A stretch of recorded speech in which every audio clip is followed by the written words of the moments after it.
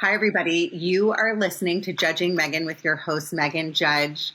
Okay, so I'm going to start with a few little housekeeping, if you will, items today, and I'm going to introduce my guest in a skosh. Number one, if you're so inclined, please go onto Apple, Spotify, wherever you listen, and leave me a review. If it's not going to be nice, don't do it. Just look away. But if you can, if you listen and you've been listening for the past 4 years, it helps new listeners find me. And I'm so grateful to all of my listeners. Believe it or not, your little friend, Meghan, who started this in her bedroom 4 years ago, has been in the top 20 of mental health podcasts for the past couple weeks. So I would like to stay there, and I would like to get new listeners to listen. And I just love you, and I appreciate you tuning in each week and telling your friends about me and the podcast.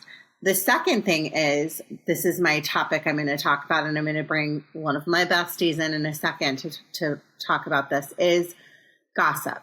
Okay? So I am the queen of I love to chat. I mean, obviously I'm a podcaster. I like to talk. And it's really hard because I'm guilty of gossiping, okay? But the problem with gossip is it's like, and I'm just going to leave it to my small community right now.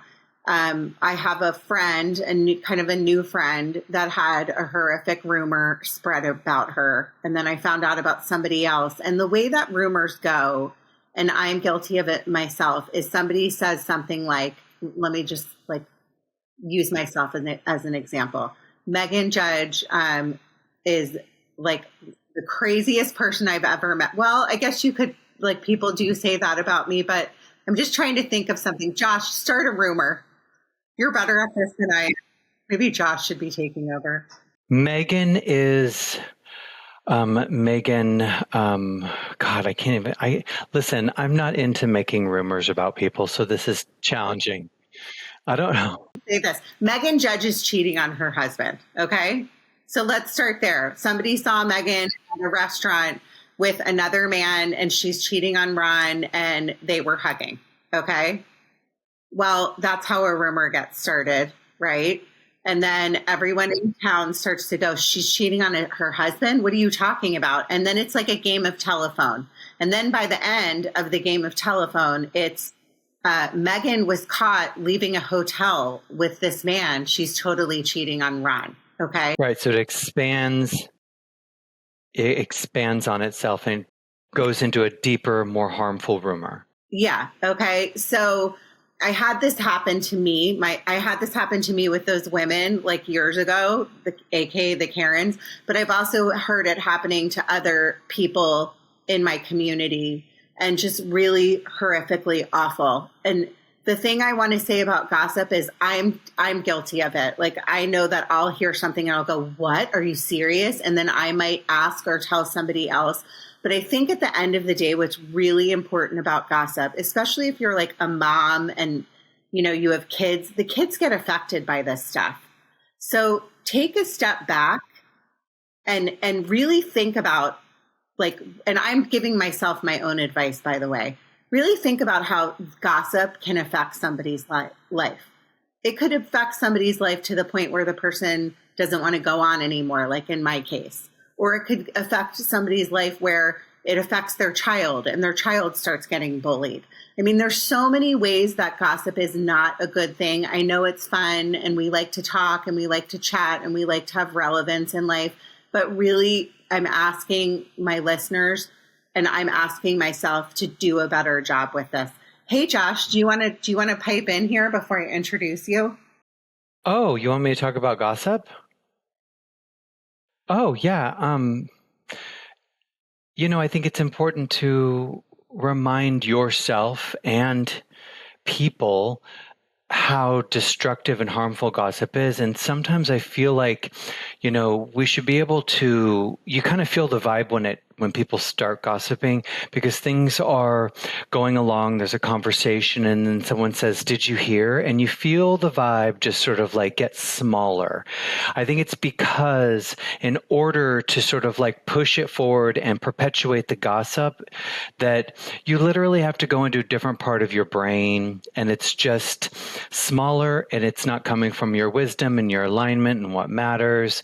And it doesn't really serve anybody or anything. I think it's important to remember that. So I'm glad you're sort of bringing this up. I think in a household and around kids and how it hurts kids and it sort of teaches kids, that it doesn't serve us to talk about other people.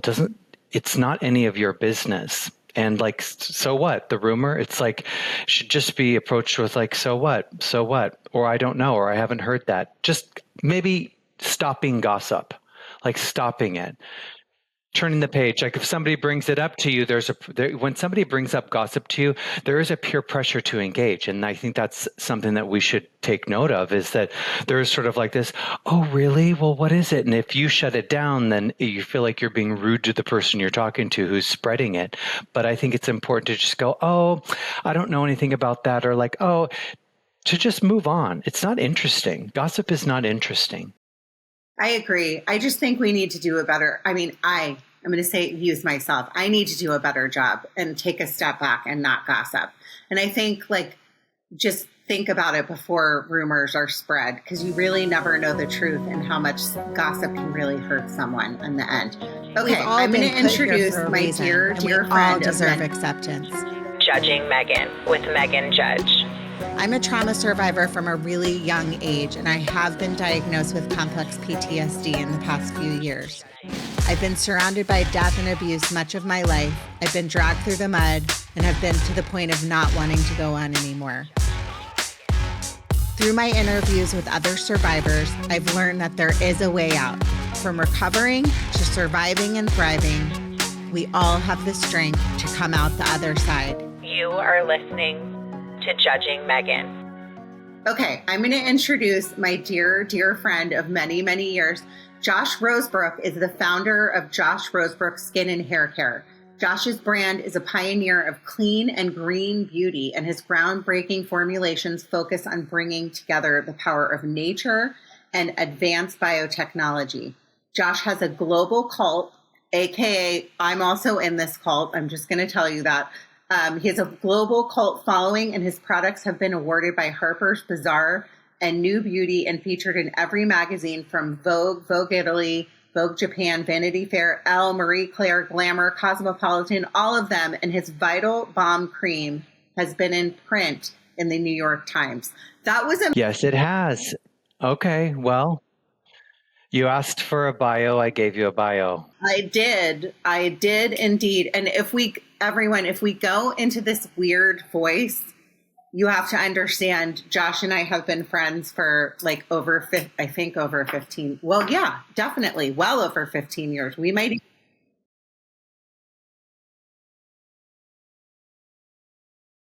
Well, I do talk in my weird voice sometimes on the podcast. So don't start with an argument. We're only a couple minutes in. This is the voice, and we do it all the time when we talk. So something I want to say about Josh, he's one of my best friends. We are like brother and sister. We fight. We've been friends for years. We started out, we do fight, we bicker. He started out doing my hair years ago. That's how we met. I think it was 19 years ago, I think I started doing your hair. I started doing your hair. I think I started in 2006, or maybe it was 2007. So maybe not quite that long, but that's how we met. We met through a mutual dear friend of mine.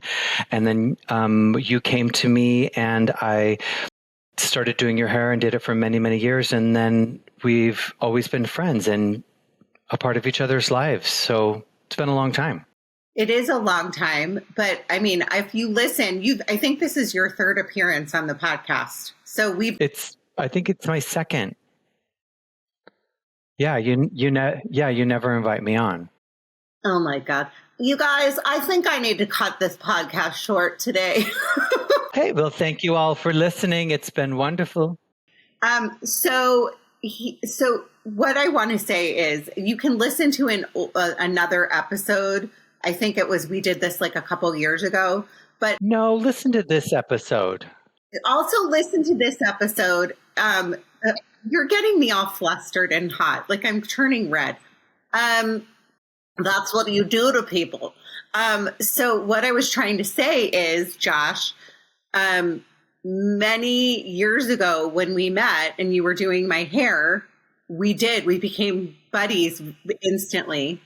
And so you started doing my hair and in Beverly Hills, and I would drive up and I moved to the beach, whatever. I'm not going to give the whole story, but you had this product line and you were like, listen, I'm starting a product line. And you have to understand, we live in LA.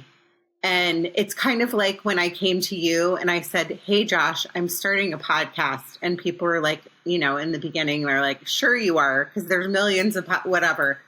But you started this product, and I think it was the enzyme mask. And you said, take it home with you and try it. And I opened it and it smelled divine, number one. And then it was like, you just took off. I mean, it was in a matter of years that it was in the very beginning when you gave me the mask. Yeah, that was the early days of when I was developing this product, and it was very innovative for what it was at the time, and there was nothing like it. And that was what pushed me forward, is that I had something that was special and unique and didn't exist in the market. And that was back when people didn't have skincare brands left and right. Nobody had skincare brands. So when I came to you and I said, hey, I'm starting to make a skincare product that I've made in my kitchen and it's really effective, people are like, what are you talking about? People don't do this. It was left at the time back then to the big corporations that made skincare products. It wasn't these small indie founders, like people working in the beauty industry hands-on like me. But when you create something super incredible that delivers results, you have an obligation to share it with your clients. And so I was like, I gave it and made it to my friends for a year before I decided to develop the formula further and bring it to market, which I launched in 2009 with one product. So that's, which I was going to just say that the product speaks for itself. I mean, not only, and you can kind of go into like the green beauty and like how you're like I think one of the very OGs, if not the OG.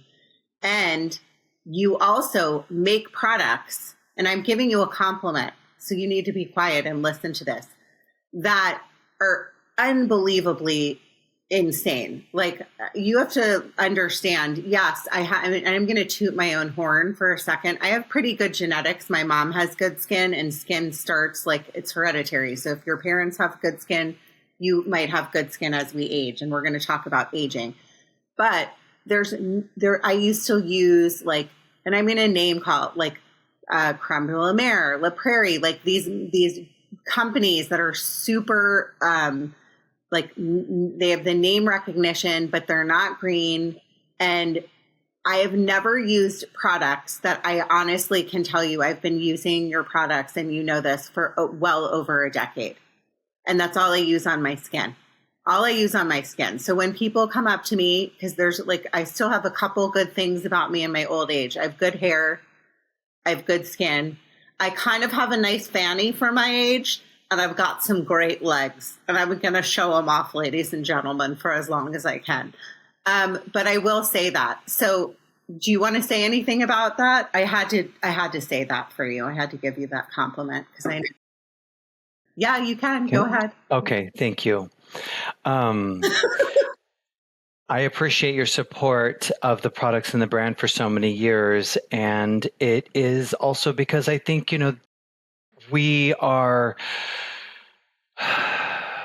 the way we connect with beauty, it's a combination of caring for yourself, and it's also our own vanity as a species. It's innate in our DNA to want to be beautiful. And I think it's an important conversation to have. And when I was younger, I fell into beauty because I was helping the kids in the neighborhood figure out how to style their hair. And it was natural for me to know how to style hair and make people more beautiful, and that made people like me. So it's a part of my makeup and my programming as a child, through what I went through as a child, that beauty became a space for me that was safe, where I was loved and people adored me. So it makes perfect sense that this became my career path. And I'm so grateful for it, because I am an entrepreneur and it's not easy. And being one of the early lines of the pioneers of green, clean beauty, me and a few other brands, a handful that have, dealt bootstrapped. We did this on our own. Original formulas, hiring all of the chemists and doing all the research and development. It's something that is no easy feat. As an entrepreneur having your podcast, you handle and control and you fund everything, and still to this day. So with that, as a kid, found beauty a safe space, and that was something that has never left me. I probably would still be just as invested in beauty if it wasn't for what I do, but I get to do this, and that's why I'm grateful. And everybody who purchases my products and supports the brand, but there's also supporting what it is that I've done is that we source exquisite ingredients and develop them into original formulations. And we take years to develop a unique product that has a purpose and an intention in the market that's different and that will actually serve and deliver results for people. You're addicted to the products, everything from Vital Balm Cream, Daily Acid Toner, our Tinted Nutrient Day Cream, and my Retinoid. It's products that deliver results that combine biotechnology and the best of nature in an original formula that is, quite frankly, groundbreaking. Our new formulation, bioidentical collagen serum. There's nothing like it, and we'll get into that. But as for my products, yes, this is what I do, but it's bigger than that. It's serving the purpose of honoring our beauty and helping people take better care of themselves. And there's nothing better than that. And so I'm grateful to be able to do what I do. And thank you for your years-long support in loving the products and seeing the results. So your skin is incredible. What I'm going to say, thank you. What I'm going to say is, though, also, I always ask, so you can go back to the original episode we did where we talk about your childhood. I will just give bullet points really briefly, because I always ask my guests where they're from. Tell me about your childhood. So you kind of touched on why you got into this space, and I will bring this up. So as a child, I know your story, but you were bullied, and you were a young gay boy, and there's a lot of stuff that comes with that, and we bring it into adulthood, and that's trauma. And we talked a lot about that on the last podcast that you did. So for the listeners, you can go back and listen to this. But what I love about what you do, and what I think is so important, and I would love for you to touch on right now, is that, you're in the green beauty, plant-based realm. And I think there's listeners out there that don't even understand that. So it would be great if you could go ahead. Okay, thank you. Sorry, the umbrella term is clean beauty. And that is something that has categorized this grouping of products and makers and brands that have pioneered just better formulations, better ingredients, premium quality, using all of the same well-studied actives that you'll find in any medical or conventional skincare brand at the department store. But what we've done is we're smaller makers that have control over our sourcing and the quality and the plants and herbs that we purchase and source for our ingredients, and the smaller makers and suppliers that we support. So it's more of a local, sustainable, but it's also artisan premium, but we're still using, again, those science-driven actives that cosmetic has shown to deliver results, but we're combining them with the best of nature and things that are more expensive to do that those conventional brands won't pay for. We make all of our herbal extracts, our plant extracts, fresh in-house for each batch, because it makes a fresher, more potent, more response-driven in the skin for the whole formulation. So we make these fresh. We don't order them from suppliers. So we do a lot of things that are harder, it's more expensive and more time consuming, that makes a better product. And this is why it's special and important to support. And we're also an American company that is a small business. And I think people forget that sometimes when they're shopping for skincare. It's just easy to go to these large brands that are everywhere and ubiquitous, but there are makers that are really driving the economy of this country, like brands like ours that are there with our intention to make a better quality product. So that's a bit about what my brand is that makes it different and unique, but then it's all in the experience. What I was going to say is, I think that I love what you said too about supporting small business. It's huge, and we need it right now, especially in this economy with like such huge companies kind of taking over spaces. I think it's really important to support small business, but also just like the clean beauty industry in general, just because I've known you so long and I've seen this since the beginning. Like you were like, I think the first, if not the second, and then you kind of taught me along the way, like, Meghan, you're putting chemicals on your face. Like, what are you doing? I think it's really important for people to understand like the difference between clean and putting like toxic things on your face. I would love for you. We don't like to go. Thank you. I appreciate that. We don't want to go into the fear-based, like being scared of things, but you just want to support brands that are being mindful of the formulations and that there aren't any unwanted and unnecessary ingredients. And I think that's different from the fear-based of, oh my gosh, if I use this conventional product, is it going to harm me or kill me? And there's a lot of research showing that there's a lot of unwanted ingredients and they're unnecessary, but then it also doses the poison. So it matters how things are formulated. But without getting into all of that, because that's a really big conversation. Yeah. It really is about supporting brands that are on the edge of science, that are working with biotechnology, because that is the new frontier of skincare. Because just a quick understanding, it's basically it's basically taking the science of skincare, fermentations, cultured grown cells that are extremely sustainable, and they're delivering results in our skin that are up there with actives that we've been studying for years. And it's really phenomenal, interesting. So, but aging and beauty is a really important topic that I just love talking about because it's so personal. And I want people to never feel like they are having to sort of like keep up with a certain standard of beauty. I think that that's imprinted in us growing up in this culture. And it's not just American culture, it is global culture, the standards of beauty that we're faced with. And there's no more pressure on women than anybody else. And it's important to keep that in balance, because that's actually what can become very sort of toxic and disconnected, so to speak, is just. Okay. I love that you brought that up, because that's huge. And I do talk about this a lot on the podcast, is the aging factor. And I know we're going to talk about that right now. So, a lot of my listeners are female, and they're all we're all getting older I'm not going to say my exact age, but you can Google it. Actually, don't Google it, or you could, whatever, do what you're going to do, listeners. But I know, loud and proud, I get it.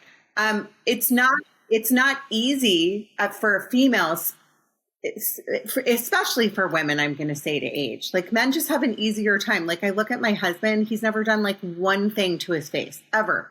And he's aging. He's like Benjamin Button. No, it's because you don't see the aging the same way on men. You don't perceive it the same way as you do on women. Like I've seen your husband. He doesn't look like he looked 15 years ago, but he looks really good, because we accept the signs of aging on men more than we accept the signs of aging on women. And that's what's unfair, Yeah, I agree. But what I like to talk about quite a bit is how we age and how it's our decision how we age. So people are so judgmental. If somebody decides, like, I'm going to give the example of Justine Bateman, who has decided, I don't remember Justine Bateman from like, Yeah, the she's 60s, wonderful. 70s. She's an incredible advocate for Yeah. not For intervening aging and for gracefully. natural aging. I Yeah. won't say the word gracefully because I think graceful is a term that can be, I don't believe that just completely natural aging is aging gracefully. I believe you choose to age gracefully however you age. She's a absolute natural beauty aging. Okay. Thank you for correcting me, by the way. I always know I can count on you. Aging naturally, looking fabulous, aging naturally. But my point is that she has decided to go that route, right? Whereas I have decided personally, I'm going to use myself, I get Botox. I've gotten filler. I've done threads. I've done pretty much everything that you can imagine doing to your face.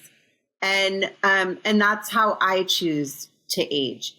But I think it's important when we judge other people that we all have the decision and the right to age however we want to age. And as a culture, I think we just need to be so much less judgmental about that. So I would love for you to touch on that. Okay. Well, for one, yeah, absolutely. Who is anyone to judge how anyone looks? And I think that in this internet culture, it's just so easy to comment and have an opinion.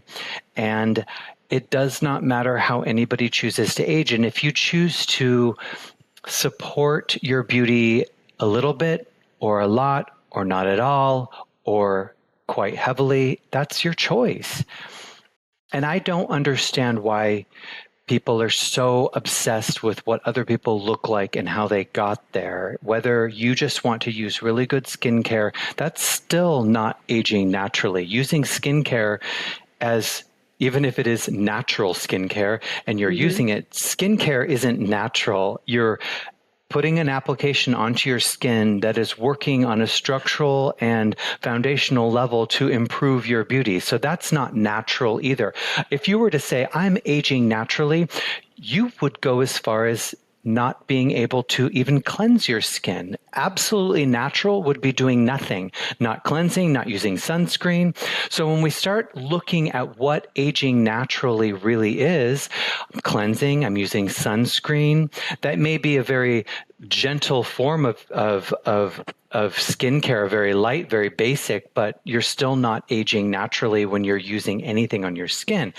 And it's just important to remember that people are different and how we were brought up and what we believe and how we feel good is different. And it doesn't matter what you're doing. If you want to experiment with Botox, if you want to experiment with fillers, there's nothing wrong with that. It doesn't make your beauty less valid or less worthy. Or if somebody doesn't want to use any sort of injectables or experiment with that, and they just want to use skincare to support their beauty and protect and preserve the integrity of their skin, that's wonderful too. But it's different for everybody. Some people are really comfortable as the signs of aging start creeping in, and some people are not. Some people want to wait until they intervene a little bit, and some people don't.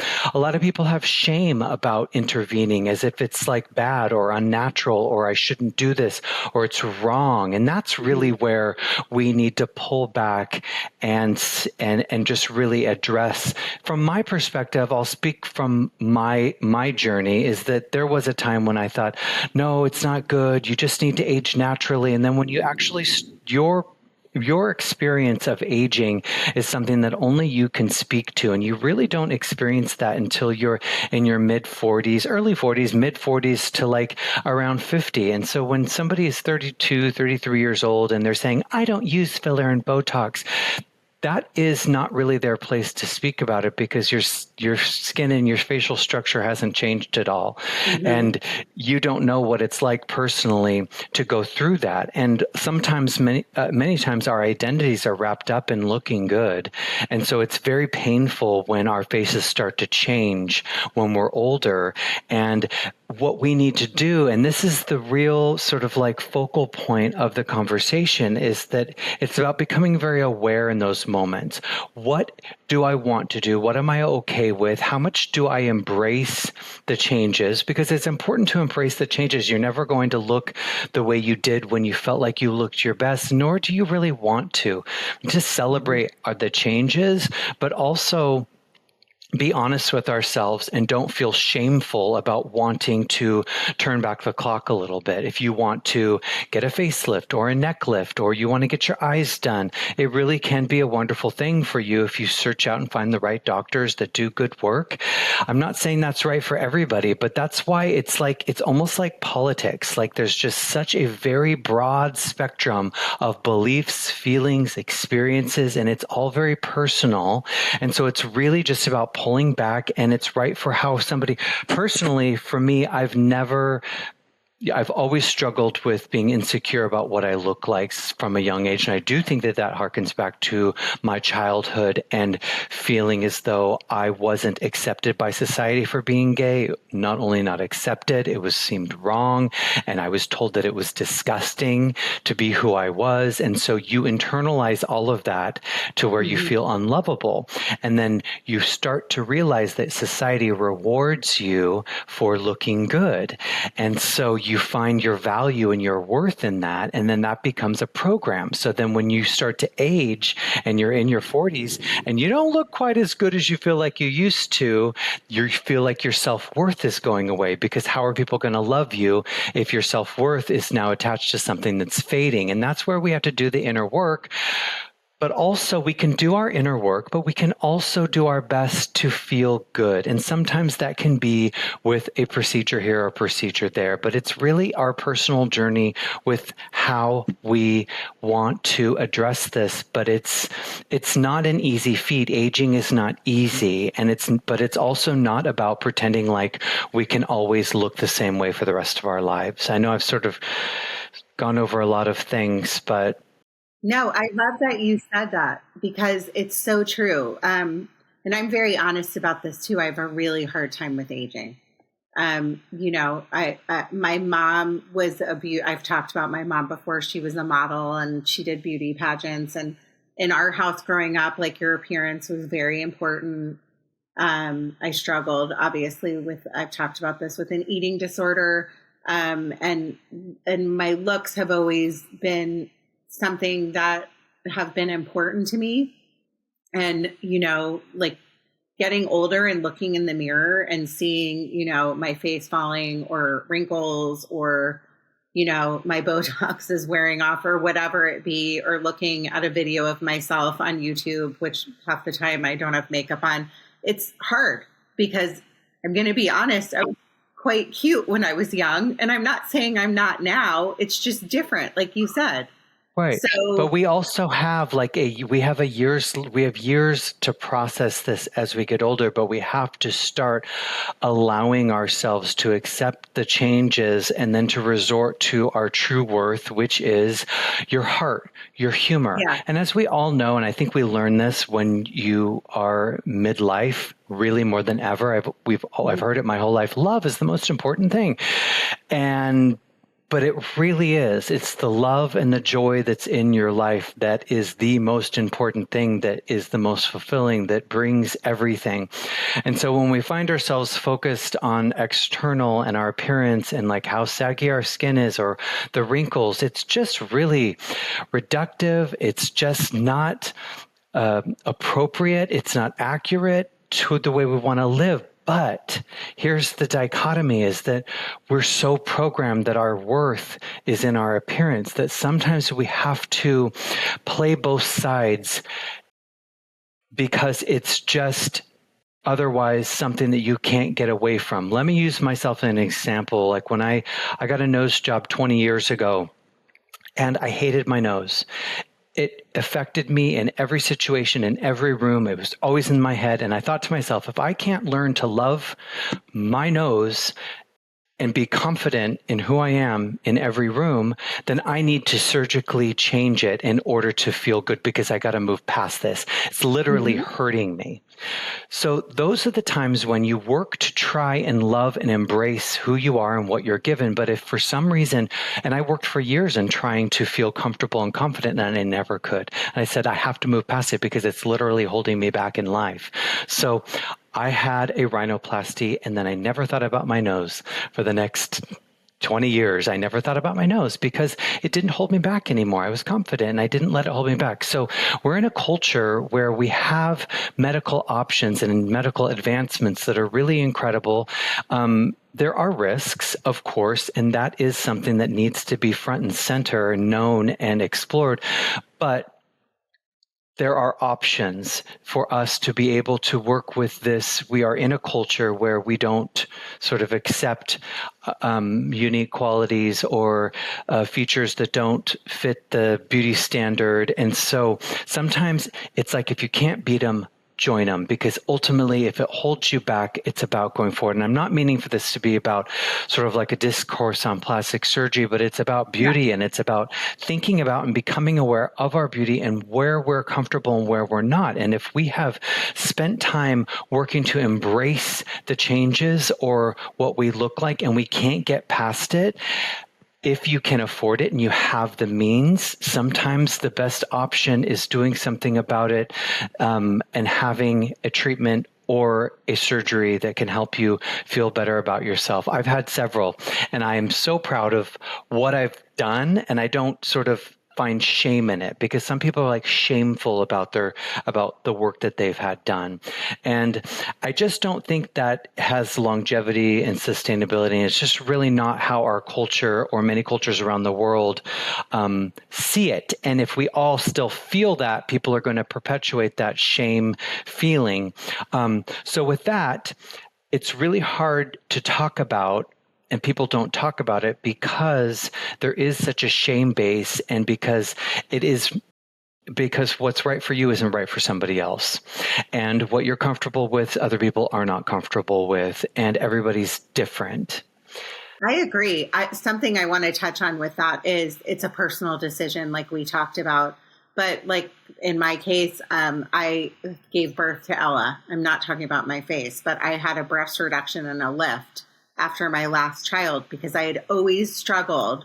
This is a real thing for women that have large chests. Like, I went from being a dancer and a kid to like being teased for my chest, and it always bothered me. And then after I had my Ella, my youngest, I just said, I don't want to live like this anymore. Like, I would go to like business meetings and my buttons were like popping open, and I was always kind of looked at by straight men with like a certain look and not taken seriously because of my figure, and I was curvy and all this stuff. And I think there's a lot of women out there, you might be listening, that can understand that.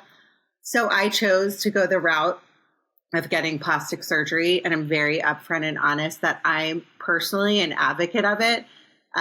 It is costly. It is a personal decision. But like what Josh just said, to piggyback on that, if you can, and there's something that's really bothering you, that's your own choice. We all have our own rights as we age, and we all have our own opinions.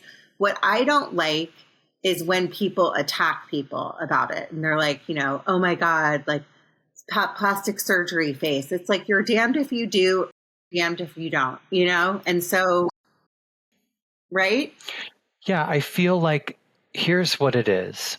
It's that people don't see good plastic surgery. They only see bad plastic surgery. And then that's what gets ridiculed. And then that becomes the fear, because plastic surgery can be expensive. It's not something that everybody can just go pick up at the store and get it for themselves. And so, people only spot people that have had too much filler, or have gone overboard with it, or that have unfortunately had a bad procedure. And that does happen. But it's important to remember that our society is still in a place where we praise beauty and good plastic surgery because you can't see it. And then when it's bad, it's ridiculed, it's demeaned, and it is seen as like, why did you do that? And it's shamed. And that just is how our culture is. And that is the problem. Yeah, I agree. That is the problem. And it's one thing to have a breast reduction surgery, which is actually seen as very respectable and understandable because it's almost seen as, I mean, obviously it's elective, but it's like, it's a medical reason, and it's not for just enhancement or to reverse the signs of aging and so forth. But it's a good conversation. I think it's I think it's a great conversation for people to think about and for people to stop being so judgmental in general. You know, I had Maria, I'm blanking on her last name, which is awful, on a few weeks ago, talking about the way that people judge her for being overweight, you know, and how we have such a fat phobia in our country. It's kind of along the same lines of just take a step back and stop judging people. Like, we're all here. We're all souls. We're put in these bodies, and we choose how we want to age. We choose how we want to walk the planet. And we just need to like kind of stay in our own lanes. And I'm guilty of this, like, just like I talked in the beginning about gossiping. But what I want to talk about now is kind of along the lines of aging. And if you know, like, say you're somebody that just wants to age however they want to age and just wants to take really good care of their skin and have good elasticity. And can we talk about some of your products? I'm going to tell my listeners some of my favorites, but I want for you to first kind of talk about your new serum that just came out, because it's huge. It's the first on the market like it, and kind of we'll go from there. Okay, well, speaking about skincare and what we can do, skincare is very different from plastic surgery. Okay. You could get plastic surgery and get a facelift, which was going to tighten your muscles and remove some skin. But if you have bad skin or damaged skin and you haven't worn sunscreen and you have hyperpigmentation and dark spots, plastic surgery doesn't get rid of that. That's skincare, sunscreen, lasers, they're different. There's so many different facets to beauty. So skincare has a very important, irreplaceable spot in beauty. And that's one thing to remember, that nothing replaces it. And also skincare has its limits, and don't believe that it can do more than it actually can do. But beautiful skin is important. And also to remember, Botox doesn't change your skin. Botox doesn't improve the structure and quality of your skin. Botox relaxes a muscle so that your skin is flatter and appears smoother. So it's not actually improving. There are improvements. Really good skincare improves your skin and it strengthens your skin, and it makes your skin, it fortifies your skin to withstand the elements, and it creates a thicker dermal layer so that as we age and we get into our later years, we can actually age better and our skin is stronger and healthier. It's like our bodies. It's like, for example, lifting weights and looking healthy and fit, which good, strong muscle is important, but doing yoga and Pilates actually creates an internal healthy body because of the flow and the way your muscles release all of the impurities in your lymph and all of this, internal, your organs and all that. So it's like true, healthy, beautiful, strong skin versus just the appearance. And so that's very different. So getting into skincare, there's just a few basic things that we can do, but here's the catch: decades-long, years-long commitment where you actually see the results. Number one, there's one thing that you can do that's going to give you the biggest bang for your buck. And I think I'll work back from there, because if people want to invest in what they can do every day that's going to give them the most beautiful skin, the one thing you can do is wear sunscreen every single day and reapply. When you've had it on, reapply. If there's one thing that you do, if you're the laziest skincare beauty person out there, but you want to do one thing, that's what you can do. My Nutrient Day Cream Tinted is an award-winning by Harper's Bazaar, a tinted zinc oxide base. It creates nice coverage. It's a beautiful, beautiful product, awarded by New Beauty Cosmopolitan Magazine, Harper's Bazaar, phenomenal. So one thing you can If you're do. The watching on next YouTube, he's holding them up, by the way, for my listeners, so they can see Nutrient it. If you Day wanna Cream go to Tinted YouTube and see these. Go ahead. Sorry. awarded, Nutrient Day Cream Tinted awarded several years in a row, Best Natural SPF, Best Natural Moisturizer. It's a combination moisturizer and SPF. So SPF, broad spectrum, is the most important thing you can do. Second, cleansing your skin. These are the two basics. Essential Balm Cleanse, makeup remover, chlorella green tea, beautiful, beautiful product that destroys all makeup and sunscreen off your face, leaves your face feeling like you're moisturized. There's nothing like it. It's unparalleled. Smells delicious. It has a beautiful smell. There's important to have a nice smell in your skincare products. So these are the two most important things you can do if you are sort of, let's just call it lazy skincare, but you have to do them, and you have to do them every day. You have to remove the impurities and the environmental stressors off of your skin every day, and you've got to wear sunscreen. Those are the best things you can do. The next up that you can do that is the most effective to delivering the highest level of results and is the most well studied is retinoids. This is my active infusion oil. This has the highest concentration of a retinoid you can get in a bottle over the counter before you go into prescription level strength. So this is the most concentrated retinoid you get in a bottle. And this is in oil form. So it goes into your skin, buffers gently, all kinds of antioxidants. That's the next best thing you can apply to get results that sort of stand the test of time, like offset the signs of aging, slow deterioration. That's the next best thing you can get. We just released our bioidentical collagen serum, and this is very, very important because there's nothing like it on the market. It's the first, if not the very first, one of the first, if not the very first, of 100% skin identical, human skin identical collagen. So this is not happened in cosmetics before. This is a cutting edge biotechnology that is cultivated yeast cells, grown yeast cells, where they've harnessed the scientists behind this, who I was working with for several years to get this through development. They've harnessed the exact human collagen sequence, and it is micro, so it penetrates in the skin. Previously, collagen couldn't penetrate. Too large a molecule to get into the skin, and it's animal-derived. And believe it or not, animal-derived collagen is not identical to human. So it's not even 100% identical. And there are plant-based collagens out there, but those are like way less. Those are not identical to human collagen either. So when you have 100% skin identical human collagen that's vegan, and it goes into your skin and penetrates, the way this works is it infuses into your collagen matrix, strengthens and protects it. And so it creates this support network of collagen. Collagen is the most abundant protein in the skin and what gives it its structure. This is an unparalleled product, and it's such an advancement. And we are probably one of the first brands on the market to deliver this 100% skin identical human collagen from vegan sources. Can I just say one thing? Because I have a question, and I think my listeners as well. So I got an early release. I'm very lucky to have gotten. I've been using the collagen product, or the bioidentical. What is the full name? Sorry.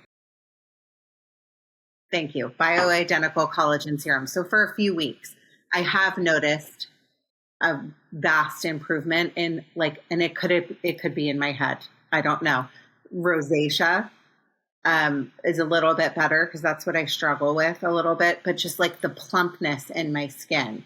And I use the wide range of products. So like you just talked about in the beginning, if you were just going to start with the two products and you just didn't want to use like the whole line, where would you go with the retinoid serum over or do you use them together? I'm sure my listeners might be wondering that. Okay, well, if you're new to skincare and you just want one product, go with the bioidentical collagen serum. It is an all-in-one product in terms of its ability to support the collagen matrix of your skin, protect and enhance your beauty. It's incredible. And it's incredible for ultra-sensitive skin conditions. As you had said, you have a skin condition. It can help mitigate that and calm. If you want to take the next step, retinoids. Really important that you get on a retinoid. Start using the active infusion serum a couple times a week and then increase another day a week as every week goes on. You can use them together. They're wonderful together. Apply the collagen serum first. Okay. Apply the collagen serum first, and then apply the active infusion oil with retinoid over the top. And that's going to be your biggest bang for your buck for slowing the signs of aging, protecting your native collagen from decline. Because remember, as you age, a certain percentage of your collagen declines every single year as you age. And so the bioidentical collagen serum, as it infuses into your collagen matrix, it protects your native collagen. There's nothing better. I've been using it for twice a day for 1 year now, and I can tell you the results are astounding. There isn't a day that goes by that I don't apply this because of, I call it collagen banking. Like you're banking your collagen, you're saving it up. It's preserving and protecting your native collagen. Never before have you been able to apply 100% human identical collagen onto your skin topically and have it penetrate and move into your collagen matrix. So it's like you're banking your collagen, you're saving it up, and it's preserving the most abundant protein in the skin, which is your collagen. So that on top of sunscreen and retinoids are really the best. And the next best thing you can do, drum roll, it's been studied for decades. It's acids. Go ahead. It's acids. It's daily acid toner. This is gentle acids that you can use daily, exfoliate, resurface. Acids, retinoids, and collagen protecting and sunscreen. That's the four. Wait. Go backwards a little bit. The acid, so for the listeners that are listening and might be wanting to order this or look into it, do you put the acid on first like it's a toner? I know the answer, yes. But my list so be wondering. Cleanse, acid tone, then you go in with your collagen serum, and then my retinoid oil, and then your sunscreen on top if it's daytime, and if it's nighttime, Vital Balm Cream. That is the ultimate moisturizer written up in the New York Times imprint. It's phenomenal. It will seal in all of your actives, increase your hydration. It has botanical hyaluronic acid. It's the most universal, beautiful cream moisturizer, and it's been awarded. It's a phenomenal product, and it locks in all of your actives. So trying to keep it simple for people without overloading listeners with what they need to do. If there's one product that you want to try, experience bioidentical collagen serum because it's so universal. It's so gentle. All the products are designed for all skin types. So if you are acneic or if you're ultra sensitive, they are designed, and that isn't just a broad sort of descriptor we say about everything. It's how they're formulated. They're not formulated with any congestive ingredients, any pore clogging ingredients. There's no acne triggering ingredients. It's part of research and science that we've used for decades now to develop products that work for everyone and not leave people out or overproduce and make products that are for mature skin, oily skin, combination skin. And so it feels like they get overwhelmed. It's not about that. It's about the simplicity. Really true, effective products that are truly exceptional are going to work for all skin. It's going to be balancing for someone who's oily, and it's going to be hydrating and moisturizing for somebody who is dry. And that's what they do when they are well formulated. And you don't need to go out there and buy whole lines and be confused. Start with the basics: cleanse, tone, acid tone, retinoids, collagen, sunscreen. Keep it simple. Don't get overwhelmed, but the key is, and when we're talking about the collagen peptides that are in the bioidentical collagen serum, this whole complete collagen, mature type 1 collagen penetrating into your skin it's important that you use it twice a day. The way these types of micro ingredients work is they need a reservoir of them in your skin in order to work best. So if you're using it, use it twice a day. If you stop using it, the skin stops the uptake of these peptides and into the way that it repairs and supports the fibroblasts that produce the collagen. So if you stop the mechanism and stop applying, it kind of falls short. And then when you apply it again, you have to get ramped back up again. So the point is that don't use products like collagen, peptides, retinoids. Don't use them sporadic. You're not going to get the result that you're wanting. You have to stay on them. You have to keep them in your skin so that the skin keeps the function and it continues and you get the results. Some people can see results after a couple of weeks with the bioidentical collagen serum, and some people can take you can see the results, but some people, to actually see the real support and protection and the result from that, it can take a couple months because the skin has to go through its natural cycle. And when you're protecting your skin and supporting it in this way, you've got to keep a balanced lifestyle, not change too many things. Sleep, eating, stress levels, these things all contribute. So if you're testing a product to see results, you really need to have equanimity with everything else in your lifestyle so that everything is balanced so that you can measure the results. But with that, you can rely on the science. This is incredible to be able to have the opportunity to be able to apply whole, complete type 1 collagen into your skin and have it be from a sustainable, ethical source. It's phenomenal. And there is goes by that I don't apply this and won't be applying it. And we also have refill containers as well. So you get to keep the beautiful glass and the non-recyclable pumps and cosmetics are not recyclable. So to keep this for years and then just buy the very lightweight refill container, snap it on. It's less waste. It's so wonderful because you'll be purchasing more of it. It's velvety, beautiful finish. No, it's amazing. It's amazing. I'm going to say, for the sake of time too, really quickly, like I said, I've been using it for a couple weeks and I don't really granted, you're one of my closest friends. I have friends that have products or do things. I will tell you something, I truly have you on and support you and have supported you for all these years. It's all I use on my skin because I really believe in it. And if I've run out of something, there's been a few times where I've had to run to the store and get something else, or I've been on a trip. I can honestly tell you that I see it in my skin. And my husband steals all of my Vital Balm cream all the time. He's a thief of my products. So I'm fortunate because I get your products and sometimes you give me stuff, thankfully, but it truly is an investment in your skin, and you kind of have to invest the money to take care of your skin. I notice for me is I'm not good about my hands. So I have all kinds of skin damage and sun damage on my hands. I'm trying to be better and, using, I do use your body line as well, but, and you can kind of touch on that really quickly, but for years I've focused on my face.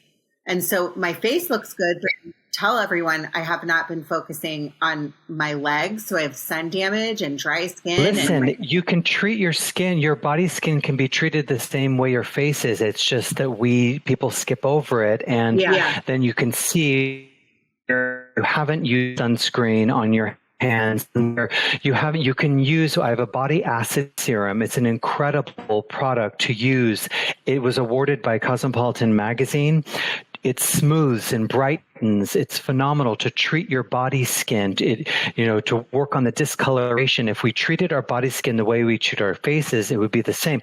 Wearing sunscreen, massaging any excess retinoid from my active infusion oil with retinoid onto the back of your hand to get those retinoids in, to get the cells to really support and protect. So but what I wanted to say is that You are very invested in your beauty. You've always invested in the quality products, and you've always used my products. And I know you're true to yourself. If my products didn't deliver, you wouldn't even use them and you wouldn't support them, even though I am a dear friend of yours. No, So really. that's a testament of itself and makes me feel good. But I put my name on the bottle. I wouldn't be doing this if I didn't believe that I was putting forth the most effective, highest quality, premium skincare products imaginable. And I wouldn't do this if it wasn't for that, because my name is on the bottle. And that's something that I stand by. That when I release products that I'm putting forth the best possible thing ever, why would I do that? And my name is on the bottle. So I think, thank you. I think like for my listeners, like this wasn't supposed to be like pushing something. It was just, this episode's really about understanding aging, understanding like products that really truly work and have worked for me. And obviously I'm very close to Josh, and he's like, if you see his skin, you'll understand. My many friends in this area or all over the country, I mean, they're constantly asking, my many friends, I sounded so obnoxious, like my numerous, like tons and tons of friends, my friends, like I'm talking about college, high school, whatever, they'll like email me like, oh, I love this, I love that. I mean, this is really a line that you won't be sorry if you try it. Like I said, it is an investment, but it's worth it. For the sake of time, because I could talk about skincare all day long and aging and all of these things, I kind of want to close with the following. And again, you can go backwards and listen to past episodes about Josh. What I will say about Josh is not only like, I'm so proud of him for all he's accomplished. He's self-made. He's done all of this on his own. He's also like a tremendous human being. He gives back so much. Thank you. To the community. He does so much for the LGBTQ plus community. He's also a vegan and loves animals, which, believe it or not, if not more, definitely more than I do, because we're both huge advocates of animals and love them and love what he does. So like, if you want to go to his website and check it out, he does a lot for the community. But in closing, we're going to touch on JoshRosebrook.com.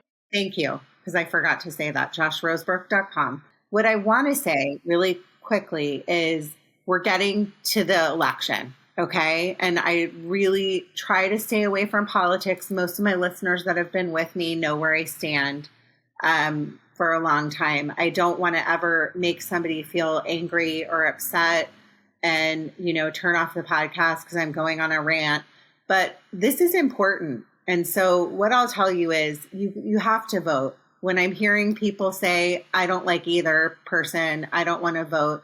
Voting is something that like women didn't even have the right to do. I don't know how, like 100 years ago, I don't even know how many years ago it was. I should have done my homework on that. It's a gift to be able to vote in our country. What is happening in our country is, in my opinion, really scary.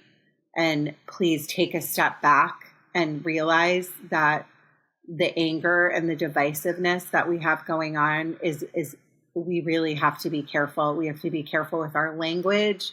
We have to be careful with attacking people. Me personally, I will be voting blue. And I'm just going to be honest with that, because so much of my own passions and how much I care about my gay community and my friends that are my family are affected by this. My right as a female, like, is really important for my daughters. There's so many things that I care about in this election.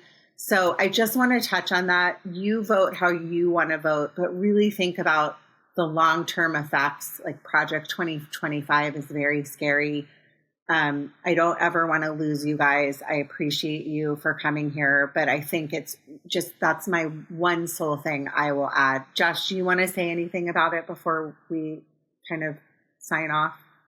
Yeah, I think to remember that when you come from a marginalized community and you know what it's like to not have equal rights or to have them on the chopping block, like a woman's right to choose or marriage equality, when that's your experience, it really means something to have it protected, because I'm equal. LGBTQ people are equal. All humans are equal. Women are equal. There are people that want to take away our equality and our power and our ability to, with all of those aspects, people want to take that away. And that's just not right or fair. Regardless of your religious beliefs, each person should have autonomy over their body. And if anybody should intervene, it should be doctors, not laws and government. Mm-hmm. And I just think that should be a very basic concept, because women's lives are in danger. Women are dying, and it is not good what has happened with the reversal of Roe v. Wade. And the next on the chopping block is marriage equality. And if you are allowed to love and marry who you want, and you have rights over them, if they were to end up in the hospital or if they were at end of life, why do I not have the right, by getting married, to have that same power over my loved one if I was married? That's not right. It's not fair. So equality is the most important aspect in our democracy. It's really important. And this is a really important election. Our democracy is at stake because it could get dismantled. And I think that's why incredible politicians like Liz Cheney are choosing country over party. Mm-hmm. The Constitution is important, and we need to honor it, and we need to vote as if our lives depend on it, and most of all, get out and vote. So yes.